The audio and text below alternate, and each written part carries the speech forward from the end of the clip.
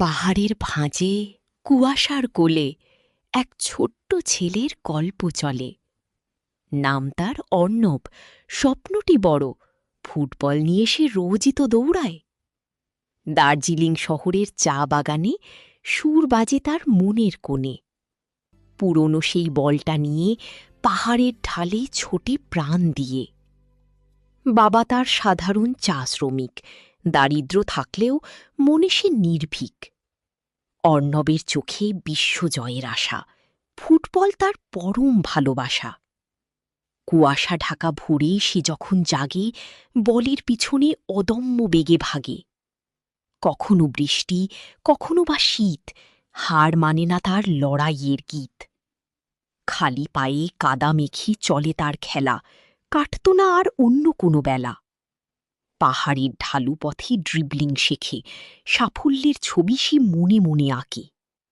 একদিন এলো সেই মাহেন্দ্রক্ষণ, স্কুলের মাঠে খেলা শুরু হলো যখন।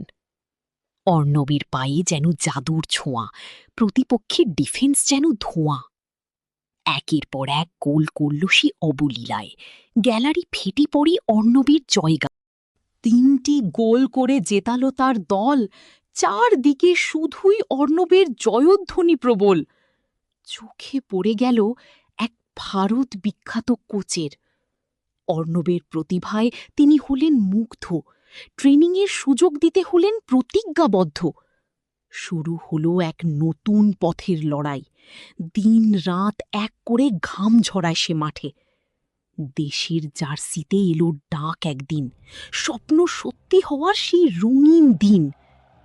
বিশ্বমঞ্চে ভারত আজ লড়ছে মুখোমুখি, অর্ণবের পায়ে বল, দেশ আজ সুখী। গতি আর কৌশলে সে পেরোল সব বাধা, অর্ণবের গোল দেখে বিশ্ব আজ ধাঁধা। স্টেডিয়ামের চিৎকার, অর্ণব, অর্ণব! পাহাড়ের সেই ছোট্ট ছেলেটি আজ বড়। স্বপ্ন যদি দেখো আর লড়ো, ইচ্ছাশক্তি থাকলে পাহাড়ও টলে যায়।